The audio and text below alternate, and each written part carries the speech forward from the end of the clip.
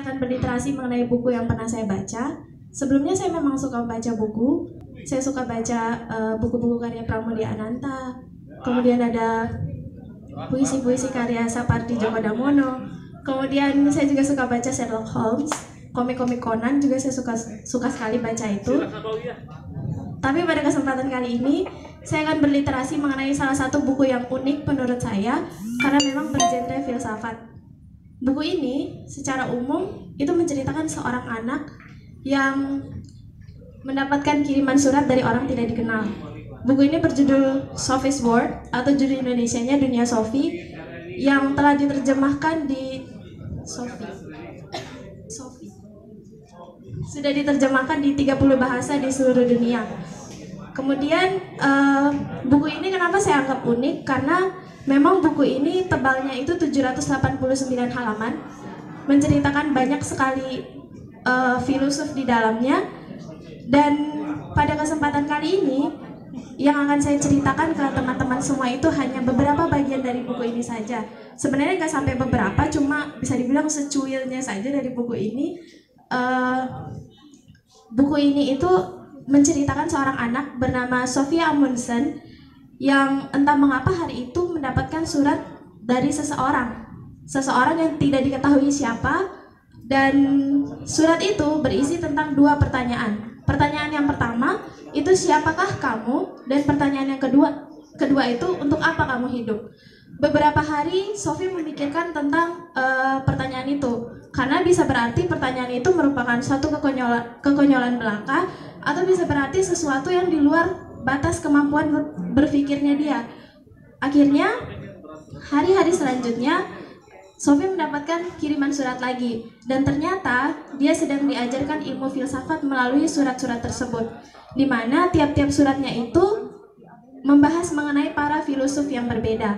Dan pada pagi hari ini saya akan menceritakan 3 filosof saja yang menurut saya berpengaruh di dalam buku itu. Dan pada dunia nyata pun 3 filosof ini memang mengubah pemikiran dunia barat pada saat itu.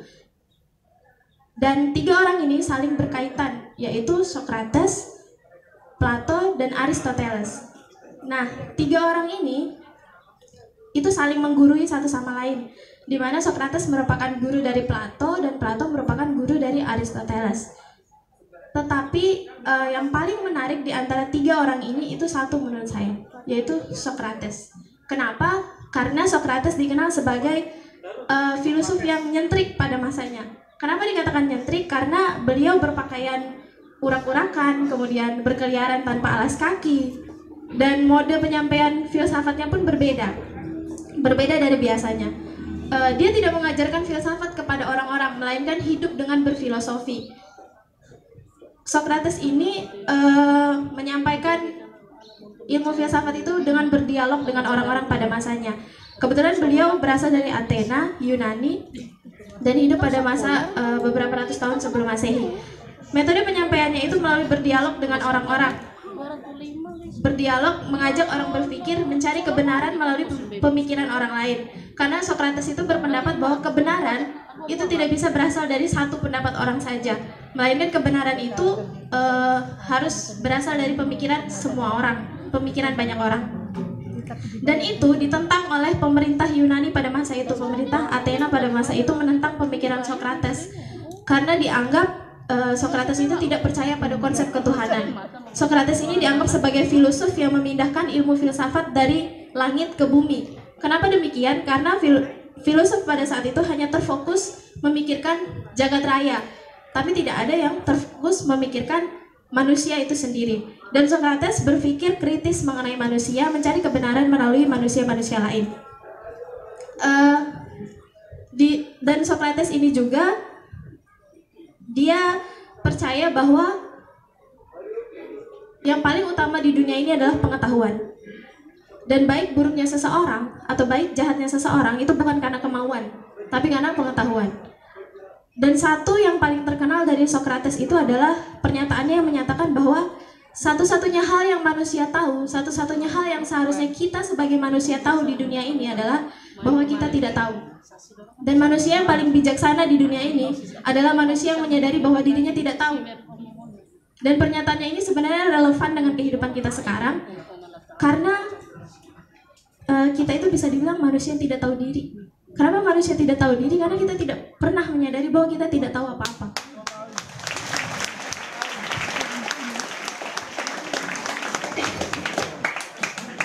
Kemudian ada beberapa hal yang bisa kita telaah dari perkataan Socrates itu, bahwa sebenarnya kita ini manusia yang cenderung konsumtif.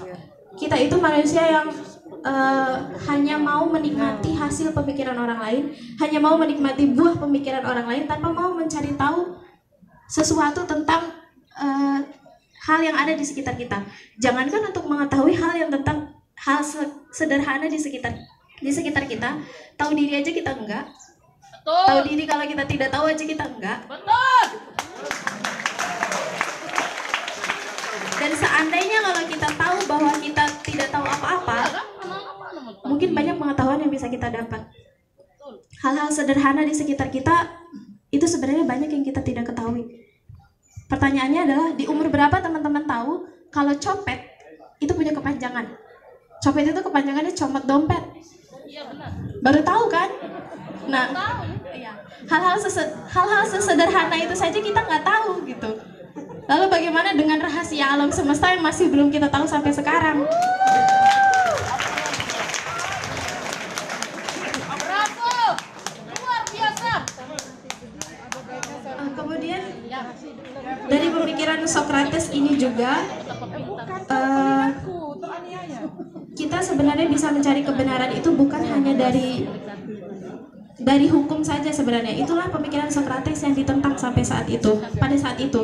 Kenapa? Karena Socrates beranggapan bahwa hukum tidak bisa mengatur kehidupan manusia, tetapi yang mengatur kehidupan manusia adalah hati nurani manusia itu sendiri. Oleh karena itulah, pada saat itu Socrates dihukum mati. Pada masa pemerintahan pada saat itu Socrates dihukum mati dengan meminum racun, kalau nggak salah racun dari pohon, yang jelas tumbuh-tumbuhan. Dia dihukum mati, dan sebelum beliau mati itu dia pernah menyampaikan pidato terakhirnya, di mana pidato terakhirnya itu dikatakan bahwa kalau memang seandainya mati itu hanya mimpi sementara, dan setelah mimpi itu ada kehidupan selanjutnya, dan di mana kehidupan selanjutnya itu tidak akan ada yang melarang saya untuk mengobrol, tidak ada yang melarang saya untuk menyampaikan ilmu filsafat, maka saya rela untuk mati berkali-kali dibandingkan untuk hidup di dunia yang melarang dia untuk mengobrol dengan orang lain. Karena pada saat itu dia ditentang karena mempengaruhi generasi-generasi muda pada saat itu.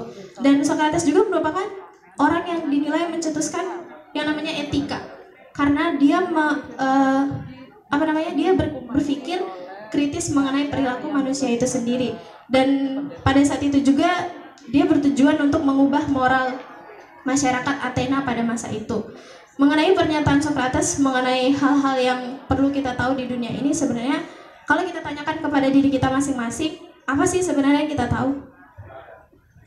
Dari sekian rahasia alam semesta ini, apa yang kita tahu? Tidak ada sama sekali kan? Pernah nggak sih kita dengan segala kemudahan yang ada, dengan hasil pemikiran filosof yang kita nikmati sekarang, pernah nggak sih kita bertanya, dari mana sih ilmu ini berasal? Nggak pernah sama sekali kan? Kita hanya tahu menikmati, tanpa pernah tahu apa itu yang kita nikmati. Pernah nggak sih kita berpikir, kenapa angka 1 itu lurus? Kenapa angka 1 nggak lengkung aja gitu? Kenapa angka 1 disebut 1? Kita nggak pernah mikir seperti itu. Kenapa huruf A itu harus segitiga? Kenapa pi harus 22/7? Kenapa nggak 0 aja biar sama kayak lingkaran?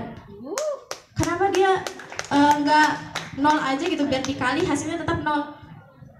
Tapi itulah kita nggak pernah mau tahu alasan dari semua hal yang kita nikmati sekarang. Jadi pada akhirnya memang literasi ini tidak membahas ulasan buku itu, melainkan beberapa hal yang kita petik dan kalau kita telaah sebenarnya relevan dengan kehidupan kita.